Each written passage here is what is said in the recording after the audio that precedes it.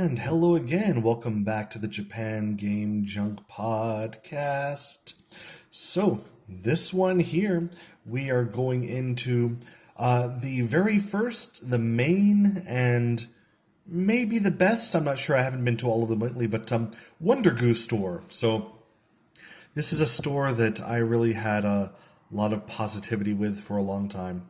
WonderGoo, when I first well, I don't know if you count my time in Kyoto as a student, but after graduating university, first moving to Japan in Ibaraki Prefecture, I lived very close to a WonderGoo store, which is the time was very fantastic. Basically, it was a bookstore and magazines, plus used and new media, including CDs, DVDs.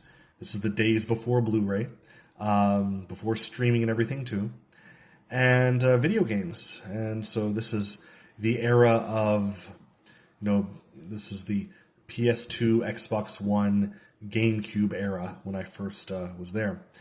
And also where at my local WonderGoo is where I'd like to think I'm the first person, I guess maybe not a Japanese native, unless someone else got a review copy or something, to buy a PSP, as I was very first there at the store that opened at the earliest possible time to buy a PSP, and I had it pre-ordered, ready to go. Anyway, that was back in 2004. But WonderGoo it's seen better times with the advent of internet, everything, internet shopping, streaming, whatever. Used game shops and used media shops, as it were, have gone down. Now, Japan is still very good now. Japanese people still like to buy lots of physical media. Even now, DVDs and CDs are sold quite a bit, not just Blu-ray or UHD Blu-ray or whatever, but people just there are even new cassette tape albums, not even as like how do you put it, not like as a gimmick, but literally many older people will buy their enka, their traditional Japanese crooning albums on cassette. That is their preference. So there are many things that are maybe a bit anachronistic, but thinking back, yes, this store was so great. Expended everywhere. Nowadays, they've lost quite a few of their stores, but I've always liked WonderGoo and still going to have the chance. And now that I've actually moved very close to this original WonderGoo, which is now my my closest WonderGoo, as it were, it has changed, but it's still worth going. And it sells things like cosmetics now, lots of gaming PC stuff too. Basically, they've had to expand what they have as an inventory to attract more people. They even just sell used everything now, like clothing or shoes and camping equipment and everything. So anyway, it's worth going there. And so I did, in fact, go to the WonderGoo. This is the Tsukuba store, their main store, Tsukuba in Ibaraki. And I thought I'd go over some of the things I found there that might be of some interest to people who have never been to a WonderGoo before. So first thing I noticed was that gaming stuff, not necessarily games themselves, but Garten of Bonbon and Rainbow Friends, these smartphone games, I guess, or I guess they're on consoles too.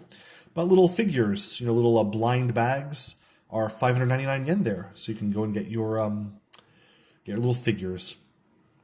Also, for the same price as everywhere else, basically 15,000 yen, minus a couple, the PC Engine IPS LCD screen. This is a fantastic thing you can get. I do have the older model, unfortunately, not the IPS screen, but kind of the, it's not the better one. And in fact, if I'm at home, I'll never use it because I get a much better picture on just the standard screen. But what this does is you plug it into your PC Engine or Core Graphics or whatever, and it fits perfectly and it has a clamshell flip-up IPS LCD screen. And it then runs off of USB-C, so you can run it either from a wall outlet or from a portable battery, and actually lasts a long time.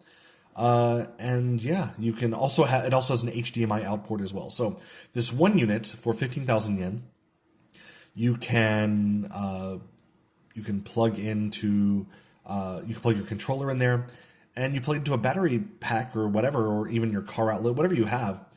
And now what you have is a portable PC Engine.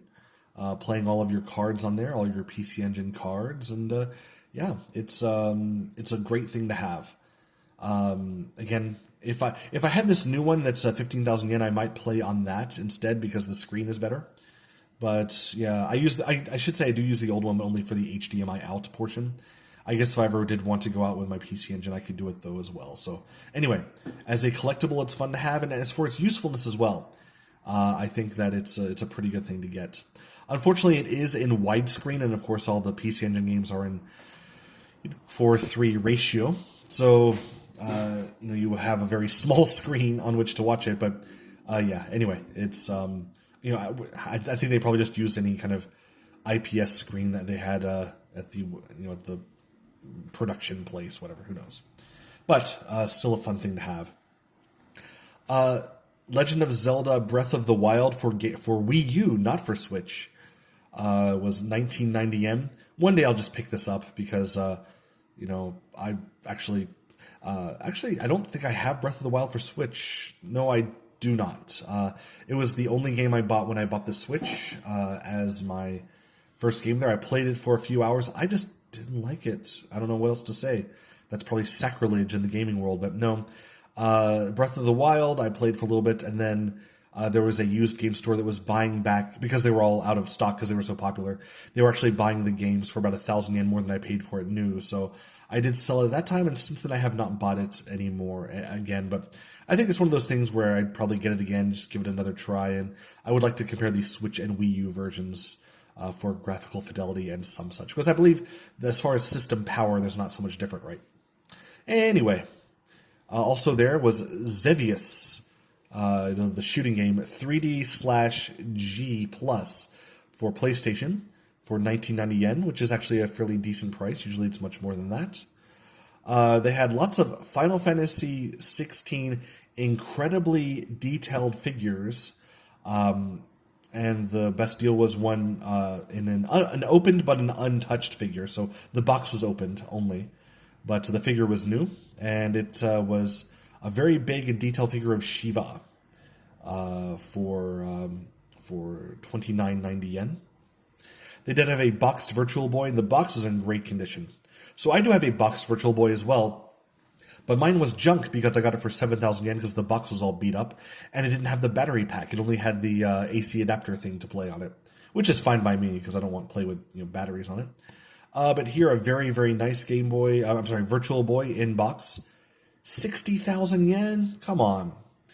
And a Super Graphics, not Turbo, not a PC Engine, but the Super Graphics with the upgraded hardware to play those few Super Graphics games. 70,000 yen boxed? Wow. Neo Geo CD, much more reasonable at 22,800 yen boxed, which is kind of average, I guess, for it, although I would not pay that much. Although you won't find it for the 200 yen I got it for way back when. King's Quest V. That's a weird one. Didn't expect to see in the store. 7,000 yen. This is for the PC 98 system.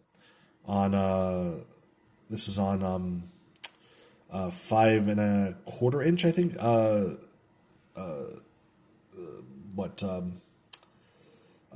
Floppy disks. What am I saying? Yes, of course. PC 98 version of that game. 7,000 yen. All boxed, looking nice, but come on. They did have, weirdly, what seemed like a very expensive price. The Simpsons game on PSP, Wipeout Pulse on PSP. Both of those are the North American versions. 5,000 yen each. Kind of pricey for that, I thought. What's this? Super VG. Was this a Variable Geo? The girls fighting game for Super Famicom. 5,000 yen in the showcase there. For 25,800 yen, they had the very rare Famicom game of Desaemon. So it's like an artistic program, which is a pun on Goemon, the traditional old story character. But yeah, it's a very rare piece of software, 25,800 yen in a box. This is the cheapest I've ever seen it, and I've barely ever seen it. The Densha De Go train controller for the Dreamcast, which I've actually never seen before, let alone boxed, was here boxed for 6,000 yen. Don't want it, so I didn't get it, but that's kind of a rare thing to have. Voice Paradise, the PCFX game. This is complete in box where, it's just the voice actresses behind the animation characters, where you can meet them and talk with them and stuff. Kind of a weird piece of software. 3,700 yen though. So yeah, Mario and Rabbids Galaxy Battle for the Switch was used 1990 yen, but not as good as what I picked up because actually didn't get it until now. They had the WonderGoo. One of their things is that a lot of their used stuff, they have like randomly one of them. They just randomly choose some games where one of them is less expensive than the others. So they had Super Mario RPG for the Switch at 1980 yen, but only one of them was half price at 990 yen. So it's about what, $6.50 for a complete copy of Super Mario RPG for Switch. And even though I don't like RPGs, I did get that because I did enjoy playing Super Mario RPG a little bit as a as a teenager on the Super Nintendo back at home. And I did have it as for the Super Famicom here. And, I guess just for the collection, I should just go ahead and get the Switch one as well. I'll probably even give it a try because it has enough non-RPG goodness to overlook its RPG nature. Also, they had a new inbox classic controller for the Nintendo 64.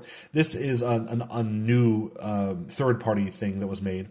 Just you can play it on your Nintendo 64. But here, the positive thing is that old Nintendo 64 controllers, their sticks can get really wonky and loose, and they get a little less accurate. Of course, the newer ones that are made, they did fix that. So even though they're third party, they're pretty good controllers.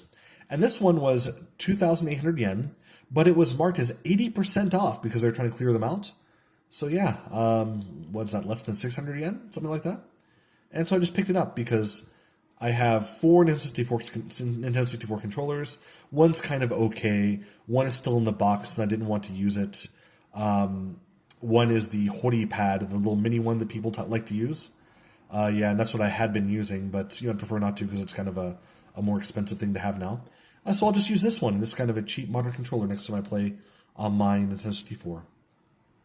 Radiant Silver Gun for the Switch, this huge box full of all sorts of goodies, was a 14,000 yen. However, it did have that 20% off sticker on it, similar to my 80% off sticker on the controller. So that is much less, getting very close to just 10,000 yen straight. Probably very valuable and good price for those who really want to have it, especially if you're buying with US dollars these days. And yeah, with that's quite a bit of a discussion about the WonderGoo in Tsukuba City, as visited on I believe, the 1st of December of 2024. And it's definitely worth going to that or any other WonderGoo if you've never been before. You're not going to really find it so much in urban areas because everywhere that had, because they're huge stores, anywhere where the land costs a lot of money, they've gone out of business. But yeah, it's a fun place to go. WonderGoo. They also have the sister store Wonder Rex for other used stuff, not really so much software based. And yeah, I'd really like to see them come back because they were a great experience during my first decade or so living in Japan and Ibaraki here. So many WonderGoo experiences and memories. So yeah, thanks so much for listening. Have a wonderful, incredible, exotic, erotic day, and catch you in the next one.